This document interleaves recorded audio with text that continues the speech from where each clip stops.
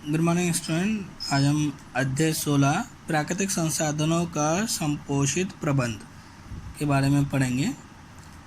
जैसे कि हम जानते हैं, जो हमारे आसपास जितने भी संसाधन मिलते हैं हमें प्राकृतिक रूप से, वो एक सीमित रूप में है। जैसे कोयला है, पेट्रोलियम है, ये सभी जो संसाधन हैं वो एक सीमित रूप में हमें मिलता है। यानी कि ये एक ना एक दिन ये ख़त्म हो जाएंगे, जिसके लिए सरकार द्वारा बहुत कानून भी बनाया गया है इसके संरक्षण के लिए। लेकिन फिर भी उसके बाद भी हमारा जो ये प्राकृतिक संसाधन है वो डेली बेसिस पे कम होते जा रहा है। जैसे कि वन्य जीवन है या वन है, वो डेली बेसिस पे कम होते जा रहा है। सरकार ने अपने तरफ से कानून बनाया है, लेकिन उसके बाद भी शहरीकरण की वजह से बहुत सारे जंगलों को काट दिया जाता है और उसके बदले में शहर बसा दिया जाता है। उसी तरीके से सरकार ने कुछ कानून बनाया है जो कि हम इसको 5R के नाम से जानते हैं। जैसे रिफ्यूज़ यानी कि इनकार करना, रिड्यूस कम उपयोग करना, रीयूज़ पुनः उपयोग करना, रीपर्पस पुनः प्रयोजन, और रिसाइकिल यानी कि पुनः चक्रण। क्या होता है, जब हम कुछ ऐसे भी संसाधन हैं जिसका हम उपयोग करते हैं तो हमारा जो पर्यावरण है वो दूषित हो जाता है। आपने देखा होगा आजकल नदियों में बहुत गंदा पानी आता है।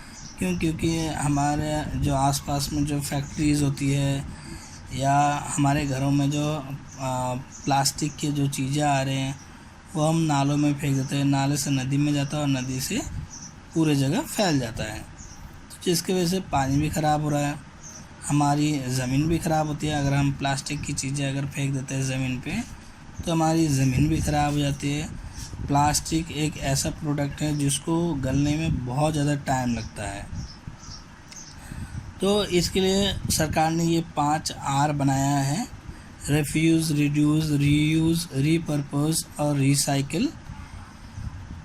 इनकार यानी कि रिफ्यूज़, इसका अर्थ ये है कि जिन वस्तुओं की कोई आवश्यकता नहीं है उन्हें लेने से इनकार करना, उन उत्पादों को खरीदने से इनकार करें जो आपको, आपके परिवार और पर्यावरण को नुकसान पहुंचा सकते हैं। प्लास्टिक के थैलों को लेने के लिए इनकार करें। ये पहला आर है। दूसरा आर कम उपयोग यानी कि रिड्यूस। इसका अर्थ ये है कि आपको कम से कम वस्तुओं का उपयोग करना चाहिए। आप बिजली के पंखे एवं बल्ब का स्विच बंद करके बिजली बचा सकते हैं।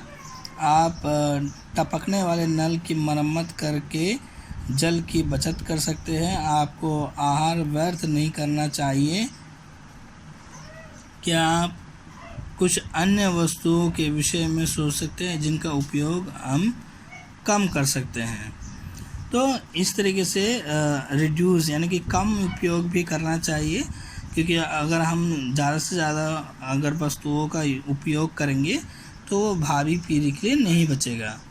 उसके बाद नेक्स्ट है पुनः उपयोग यानी कि रीयूज़। कोई एक चीज़ को हम दोबारा से यूज़ करें। ये पुनः चक्रण से भी अच्छा तरीका है, क्योंकि पुनः चक्रण में कुछ ऊर्जा व्यय होती है। पुनः उपयोग के तरीके में आप किसी वस्तु का बार बार उपयोग करते हैं। लिफाफों के फेंकने की अपेक्षा आप फिर से उपयोग में ला सकते हैं। विभिन्न खाद्य पदार्थों के साथ आई प्लास्टिक की बोतलें, डिब्बे इत्यादि का उपयोग में रसोईघर में वस्तुओं को रखने के लिए किया जा सकते हैं। अन्य कौन सी वस्तुएं हैं जिन्हें आप पुनः उपयोग कर सकते हैं?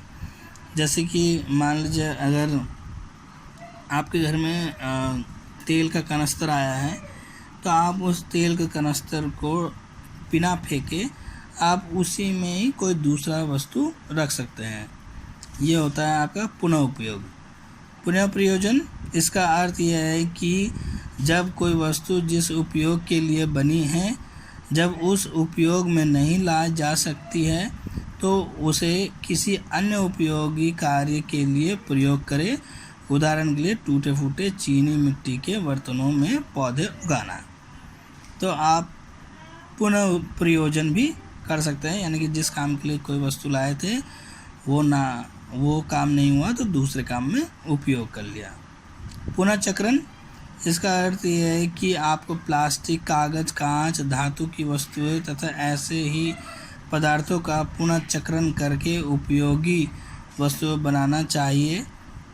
जब तक अति आवश्यक ना हो उनका नया उत्पादन यानी संशोधन विवेकपूर्ण नहीं है। इनके पुनः चक्रण के लिए पहले हमें अपद्रव्यों को अलग करना होगा, जिससे कि पुनः चक्रण योग्य वस्तु दूसरे कचरे के साथ भराव क्षेत्र में ना फेंक दें।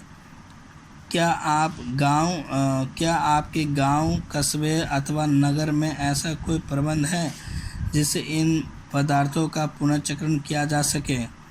आप जब भी पुनर्चक्रण के लिए जब भी आप सोचेंगे, पहले आपको सोचना पड़ेगा कि जो हमने जो वस्तु जो फेंक दिया है, क्या वो वस्तु कोई लेके जाएगा या क्या उसका पुनर्चक्रण करेंगे।